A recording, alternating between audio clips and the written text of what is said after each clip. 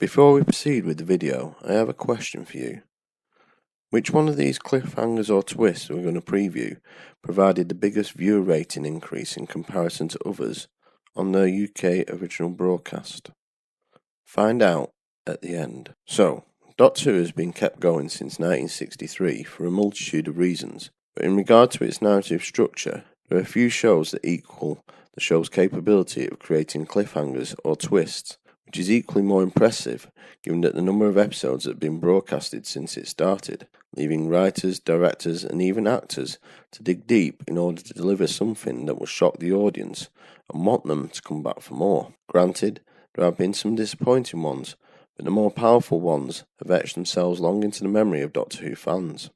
So let's take a look at part 1 of my favourite cliffhangers and twists. These aren't in any particular order. Also, be aware that this video will lend itself to certain revelations about the narrative, so be warned, there are spoilers ahead. Without further ado, let's get started. Cast in a shadow, an unearthly child. Where better to start than Doctor Who's very first story? An Unearthly Child is essentially two stories, with episode 1, also named An Unearthly Child, being about Ian and Barbara becoming curious about their student Susan, and following her to a junkyard where they eventually come across the Doctor and the TARDIS. The rest, we all know, is history. The Doctor, we all know to come and love, is somewhat different here in persona, with a blunt demeanour and dismissive of Ian and Barbara's theories about Susan, which is in part due to him trying to protect the truth about his granddaughter, the TARDIS, and himself. However, once the secret is revealed, the Doctor realises he and Susan have to leave and take Ian and Barbara along for the journey with them as we experience the TARDIS dematerialise for the first time, albeit rather violently than subsequent journeys. The episode ends with the TARDIS having landed on a desolate desert-like landscape, and before the newly established crew explore the area, a long casting shadow of a figure looms over the TARDIS, bringing the first episode to a close. Like a lot of things in life, the first experience tends to stick in the memory, and in a period of 10 minutes we are introduced to the Doctor, the TARDIS and its capabilities, all for the first time. This was a step into the unknown, not only on a production value basis, but also an audience basis, and the importance of not knowing where our newly established team of protagonists have landed, or what awaits them, holds that intrigue for the audience, and leaves them pondering, and as such, this became the marker of an important plot device. Time for a change. The 10th Planet, Episode 4. With William Hartnell being the first actor to play the Doctor, his tenure naturally brought about a lot of firsts to the show, and the conclusion of the 10th Planet is perhaps the most important of them all. Hartnell's health over the previous 12 months had started to have more of a bearing on the writing and making of Doctor Who, coupled with the sharp drop in ratings giving initial producer John Wiles and his successor Innes Lloyd enough cause for concern for the show's future. The fix was ultimately to change the Doctor's appearance, with it being plausible given that the Doctor isn't human. But despite the plausibility, it was the ultimate risk in replacing the lead actor in the role.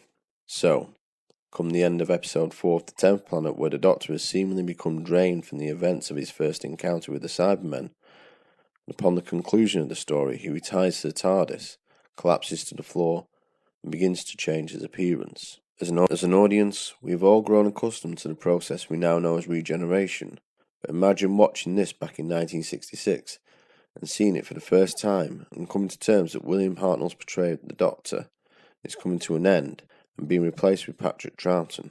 Regeneration is always a step into a new era of Doctor Who, but the first time we literally take a step into the unknown, as did the production team, with a gamble that ultimately pay out and secure the longevity of the show. The Invaders Revealed. The Invasion, Episode 4. Season 6's The Invasion is a highly influential story in the manner of its setting out the blueprint of the incoming Third Doctor era, with the introduction of Unit, who were going on to be a permanent feature during the early 70s, and a humanoid antagonist while still remaining a typical Second Doctor story.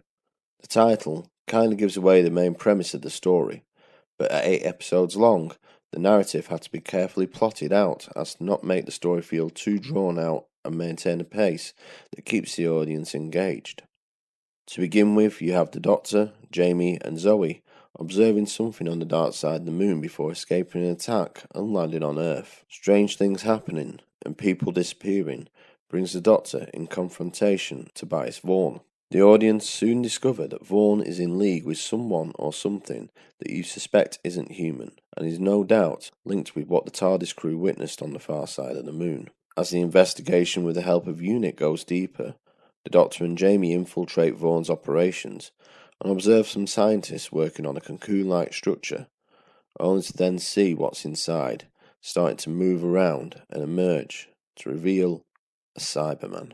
The art in this reveal is that the Cybermen were already the most used antagonists during the Patrick Troughton era, and having them appear towards the beginning of the story would come across as anticlimactic and reduce Tobias Vaughn's importance to the narrative. A conscious decision to remove all hints of the Cybermen, including the title, makes the reveal all the more impressive and unexpected in an era when the Cybermen would often show up. With it also coming in at the end of episode 4, it not only marks the halfway point of the story, but a change in the narrative focus. While the first half of the invasion was all about who the invaders were and how they were linked to Tobias Vaughn, the second half becomes the actual invasion itself, with the Cybermen taking more prominence on screen, leading the way for iconic Doctor Who imagery, such as him appearing in front of St. Paul's Cathedral, and for the first time the Cybermen had appeared in Doctor Who during the present day. The Doctor's the Assassin? The Deadly Assassin, Episode 1. The Deadly Assassin is an important story on many levels to the show's canon and history. A story of politics, gothic horror and fantasy, it is also a unique story in it being the only one of the classic era not to feature a companion.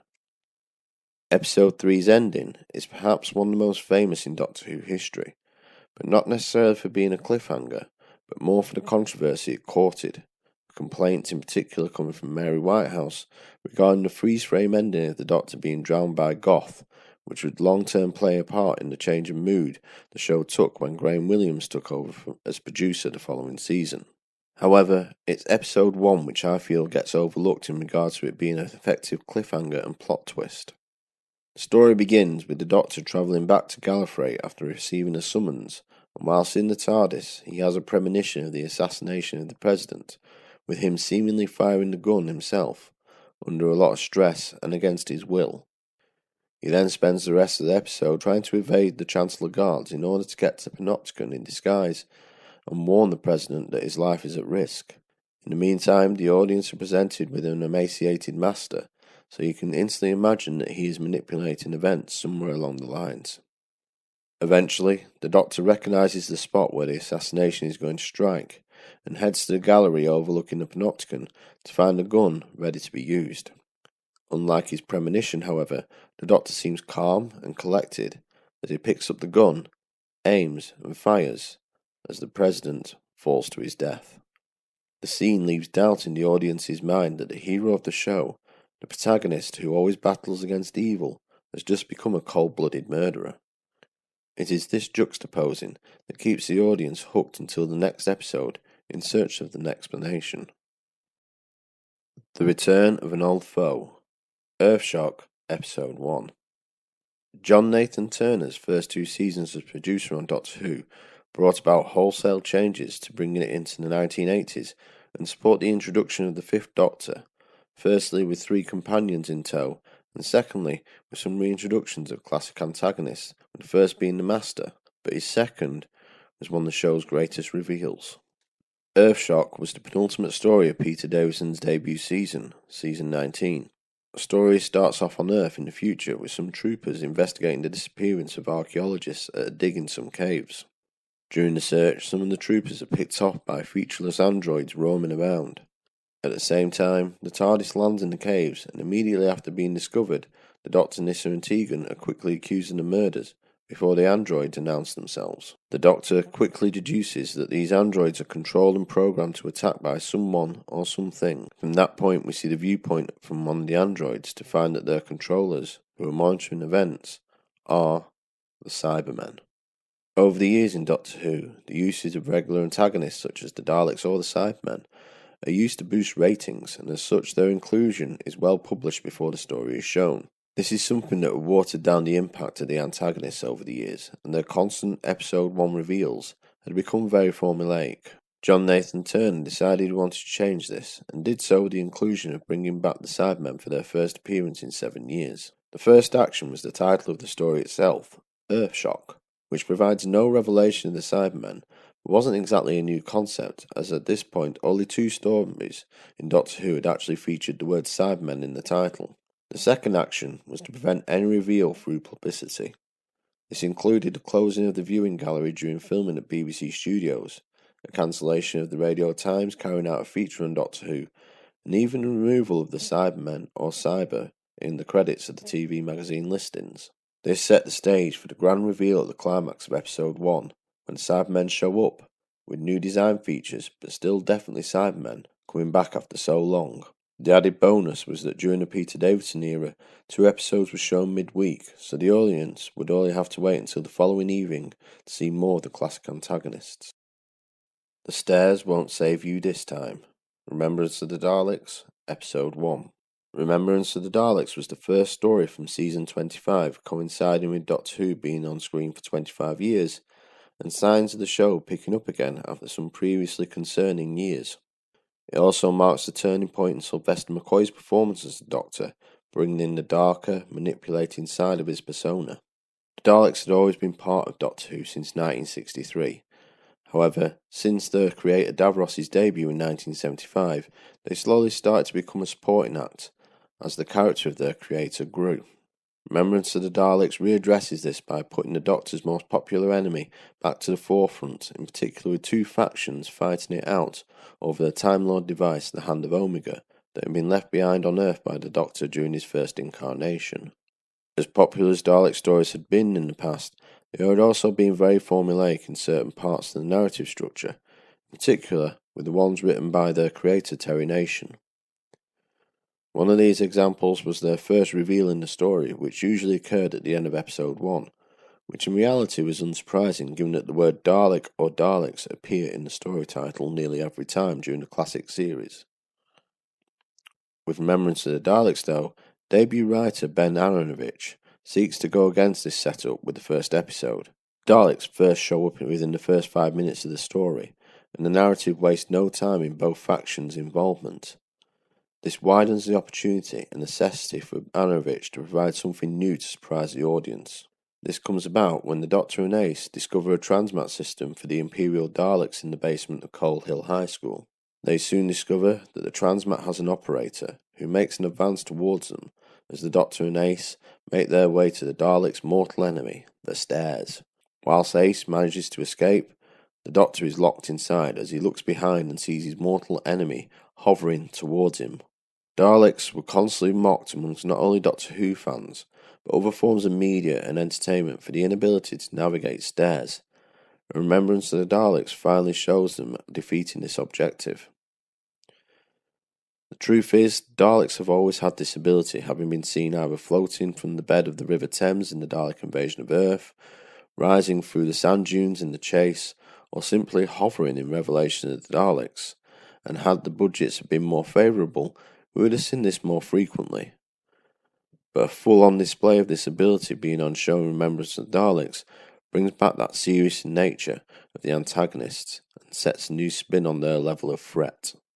Bad Wolf, The Parting of the Ways. Doctor Who's return to TV screens in 2005 was nothing short of triumphant. The casting of Christopher Eccleston as the Doctor and Billie Piper as Rose Tyler showing a great chemistry, overseen with Russell T Davies's fresh ideas, coupled with a nod to the show's previous past glories. A new format also paved ways for new ideas in regards to the narrative structure, in particular to the idea of story arcs, which had been used in the classic series, such as Season 8's The Master Story Arc, Season 18's The Key to Time, and Season 23's Trial of a Time Lord. But with Series 1 of the new era of Doctor Who, a different approach was tried with the Bad Wolf story arc, which goes on to act as a blueprint to this day. The term Bad Wolf was mentioned or displayed all the way through the first series, but became more and more apparent as the stories progressed and became a talking point amongst audience and fans across the internet. With fans looking for clues throughout the series, the recognition of the term Bad Wolf with the lead characters came to a point in the story of the same name, in which they realise they've been following them throughout time and space. Whilst involved in the antics of the game station, they realise that the Daleks are behind the events, and in the series finale, Parting of the Ways, the Doctor realises that the best way to ensure Rose isn't harmed in the battle with the Daleks is to trick her to go into the TARDIS, as it sends her back to her own time. Once back in present-day London, Rose is determined to get back to the Doctor and calls upon Mickey to help her out, and in the process, she exposes herself to the heart of the TARDIS, looking into the space-time vortex and absorbing the energy as she returns to finally help the Doctor. Upon her arrival, consumed by the energy that she has absorbed, Rose announces herself as Bad Wolf and is able to remove the Daleks from existence, as well as bring Captain Jack Harkness back to life after being exterminated. As a message to her past and the Doctor's, she then spreads the message of Bad Wolf throughout time and space as a warning of what is to come, thus creating a paradox. While it was known that this was to be Christopher Eccleston's final story, the revelation of Rose being Bad Wolf was kept under wraps, and upon its revelation it brings about for once a positive twist and a great end to a story arc. Additionally, it elevates Rose's relevance of her companion by being someone who acts as the audience representation, and for once, it's her that saves the day when everything seemed beyond the Doctor's capabilities. Regeneration, the Stolen Earth. The Stolen Earth marked the first part of the Series 4 finale and was already a celebration of the 10th Doctor era so far, with Donna Noble having become a permanent companion, and return of characters such as Rose, Captain Jack, Martha, Sarah Jane Smith and Wilfred Mott, as well as Harriet Jones amongst others, and with the Daleks once again returning, complete with the gradual unveiling of Davros for the first time since 1988. All of these have been hinted at throughout Series 4, and were blended in perfectly to balance the narrative of where the Daleks have moved the Earth to the Medusa Cascade in order to complete their superweapon, the Crucible. So far, so good, and everything you want from the start of a Doctor Who season finale. But all of this was anticipated. Although Rose had sporadically been appearing throughout Season 4, and the Doctor had become aware of her return in the Stolen Earth, she was the one companion he was yet to be reunited with. The first anticipation of this came in the TARDIS when the Doctor was hoping Rose was making contact, only for it to be Davros, much to the shock and horror of not only the Doctor, but Sarah Jane Smith as well, who was the only present companion who had previously met the Daleks' creator. Eventually, the Doctor and Rose see each other on the street back on Earth. All seems good with the pair running to each other, until a Dalek emerges and fires at the Doctor. The Dalek is destroyed by Captain Jack, who along with Rose and Donna help the dying Doctor back into the TARDIS, as he suddenly appears to start the process of regeneration. The art of the effectiveness of this cliffhanger comes in many forms, but mainly, within the age of the internet, Russell T Davies being able to keep this completely hidden. The additional success comes in the form of red herrings of supposed twists occurring in the episode, and the audience has already second-guessed primarily the return of Rose and Davros. The second device used to make this cliffhanger a success was the apparent incoming regeneration of the Doctor. Normally saved for the finale, and always at the end of the story, this shocked everyone as it hadn't been publicised prior to broadcast, and regenerations are a big talking point, as well as finding out who the new Doctor would be. For an entire week this left the audience thinking that is the Doctor going to regenerate? Who's going to be the new Doctor? And how can he defeat Davros and the Daleks in a post-regenerative state? In short, this is probably what everything you want from a cliffhanger, always having more questions than answers. All 13, The Day of the Doctor. Doctor Who's 50th anniversary story, The Day of the Doctor, was a celebration of all that is great about the show. Littered with Easter eggs of the show's past, this was also the first multiple Doctor story appearing since the show's return in 2005, with David Tennant's 10th Doctor and John Hurt's War Doctor joining forces with Matt Smith's 11th Doctor, coupled with a subplot involving a Zygon and the ending of the Time War, which saw the destruction of Gallifrey. The War Doctor was a major twist in the previous story, The Name of the Doctor, and his full backstory gets revealed here. Billie Piper's involvement was well publicised before the broadcast of the story, but not in the way people were expecting, with the actress portraying the interface of the weapon known as the Moment. As was Tom Baker's involvement in the story, given the admission the actor had already made that he had filmed the scene, but once again not in the manner everyone was expecting, when he shows up at the end as the mysterious curator. The major, unannounced twist, however, comes in the finale of the story where the Doctor finds a way to save Gallifrey from destruction by requiring all of his previous incarnations to work together in locking Gallifrey away in a pocket universe. With the expectation of 12 incarnations working in unison, the major twist comes when a Time Lord reveals that it's actually all 13 incarnations of the Doctor working together, with a split-second appearance of Peter Capaldi's stare as the upcoming Doctor. Peter Capaldi's announcement as Matt Smith's successor had already been revealed prior to the day of the Doctor. The expectation was that his introduction would occur at the conclusion of Matt Smith's final episode, Time of the Doctor, in Christmas 2013, as was the standard. However, the break in tradition with the early appearance of Peter Capaldi is a brief moment that sent fans and audience into a euphoria. The name of the boy, The Magician's Apprentice. Series 9's opening story, The Magician's Apprentice, offers something in the delivery of twists that has seldom been seen. A twist occurring at the start of the story, pre-title sequence. The couple of minutes of the scene merely sets the scenario of a battlefield and some soldiers running away from an attack when one of them is convinced he saw a young boy alone and goes to look for him.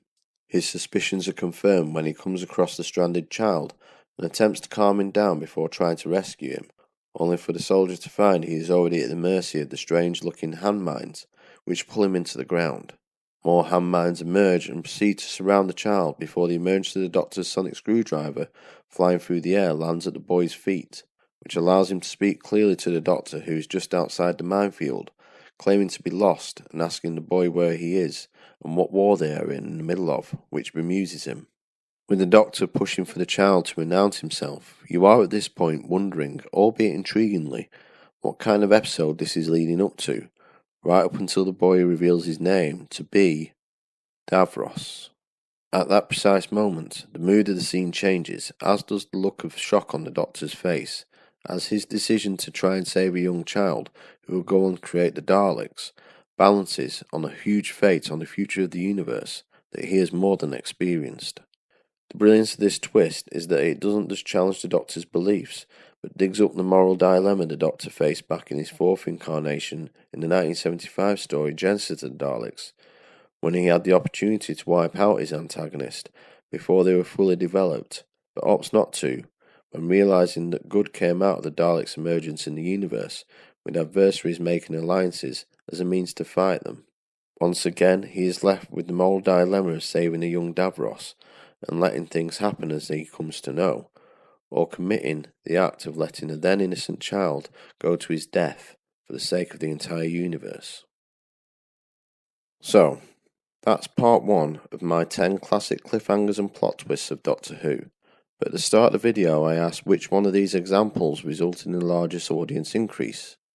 Well, the answer is The Stolen Earth, which resulted in the following story, Journey's End, getting an increase of 1.8 million viewers on its predecessor, and for the first time, Doctor Who had been the most watched programme in the UK for that week.